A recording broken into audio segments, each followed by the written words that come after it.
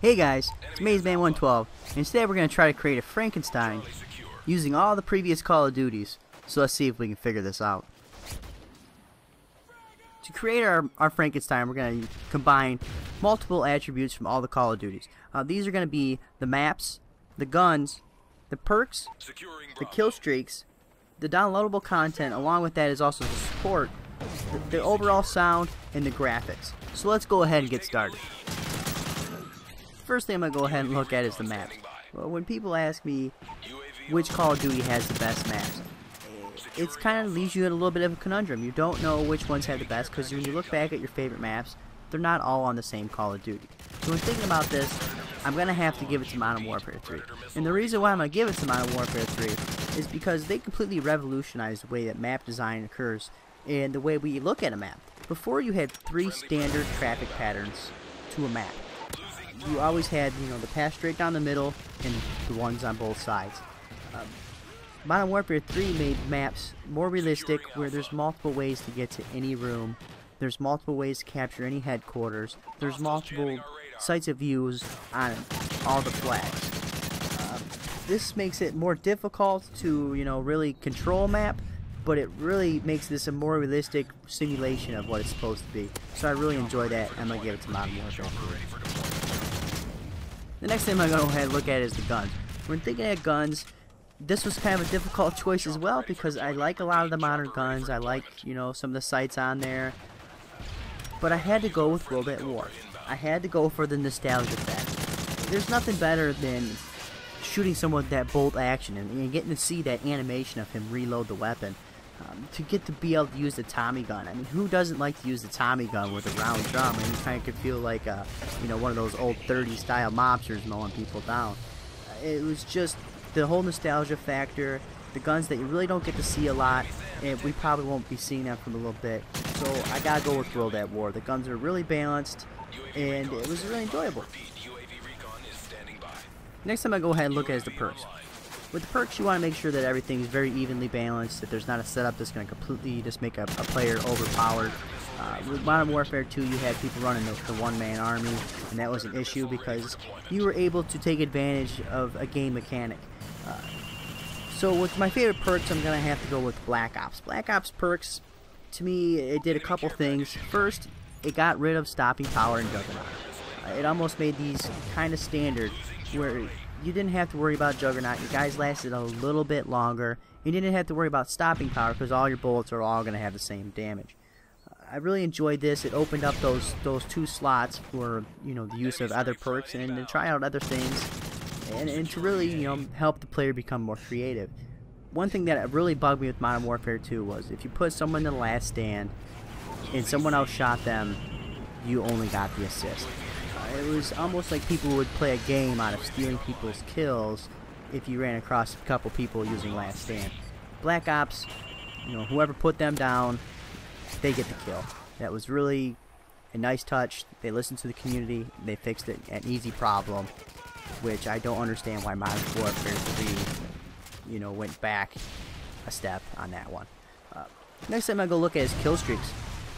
With the Killstreaks, there's, a couple Killstreaks that are a little bit higher on my list than others. I really like the dogs at World at War. I really like the dogs in Black Ops. For me, it just wasn't the same as at World at War. I feel like they did it first and they did it right. But you have to go with Modern Warfare 2. Modern Warfare 2 completely revamped the entire Killstreak system. Before that, you had the standard 3-5-7. They made it customizable, so you could run a Killstreaks at whatever gaming level you were at. Say if you're playing in a competitive mode, you're in a competitive lobby, everything's really close, you're not going to be running, your 13 kill streaks. You're not going to be trying to get those payloads. You're just going to want to get, some UAVs, maybe a care package, maybe even a counter UAV or something like that. And it made it possible to adjust your kill streaks by what game style you were going for or what kind of lobby you were in. And also they brought across the nuke. The nuke was a game changer. It really was. It brought across something that you could completely be dominated and have no help, no chance of victory and someone on your team gets a nuke, or you get a nuke, and the score stops, and your team, it's an automatic win. The downside of that was you had people who, instead of playing for the objective, playing for the win, were playing just for the nuke, and didn't care anything besides about that nuke count. But it was just so revolutionary. You have to get the nod to Modern Warfare 2 on the Killstreaks. For downloadable content, I might have to go with Modern Warfare 3. I feel like Modern Warfare 3 had big shoes to fill following Black Ops. Black Ops support was really great. I mean, if anything was broke, they fixed it. They fixed it quickly. They brought in new things constantly throughout the entire lifespan of Black Ops. And Modern Warfare 3 took that and took it a notch higher. On top of that, we had the Elite. So a lot of people paid this extra money for this downloadable content this time, which also made the expectations higher than it was prior. But they constantly gave us new game modes, competitive game modes, listen to the community. You know, would have a community playlist to kind of try things out. You know, if you guys just want to have some fun, go ahead and try that. You know, it brought us the drop zone, which a lot of people loved. It brought us the infected mode, which is a very fun mode for, you know, if you have some friends over, if you just got a group of guys that just want to have fun. It's a great game mode. And on top of that, they brought stuff. I mean, they brought out chaos mode, and that was at the late end of the game's lifespan. They've really been on top of things. They have de-ranked players who were caught cheating. They have booted people who have been continually caught cheating. And I'm really proud to see them take that step and really stop these people from pirating the game and ruining other people's gaming experience in general. Next time I go over is sound. So when I go ahead with sound, I'm going to have to go tell you, I had to go back and replay all the Call of Duties with the headset on, just so you could get that full experience with having the headset. It's not as easy to distinguish the little nuances in the sound without having a headset.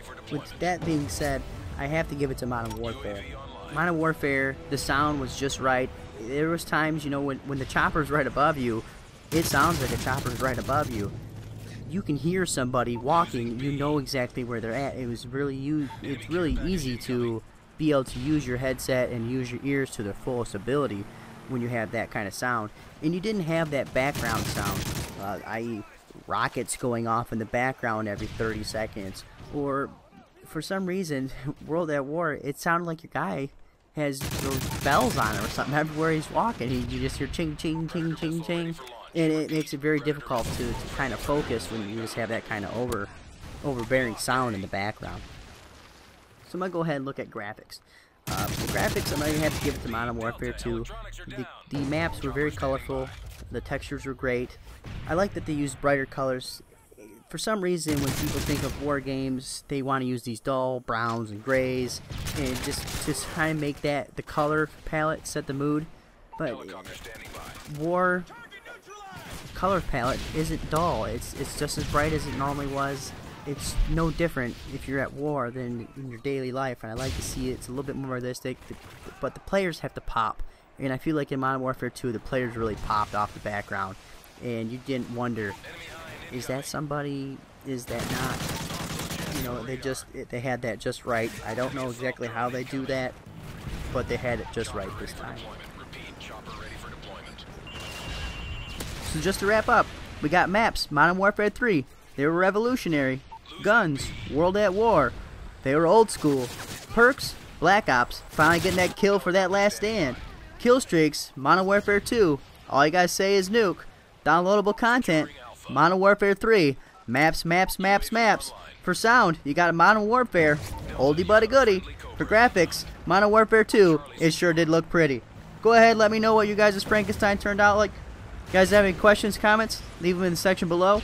Hit that like button, hit subscribe, and I'll see you guys later.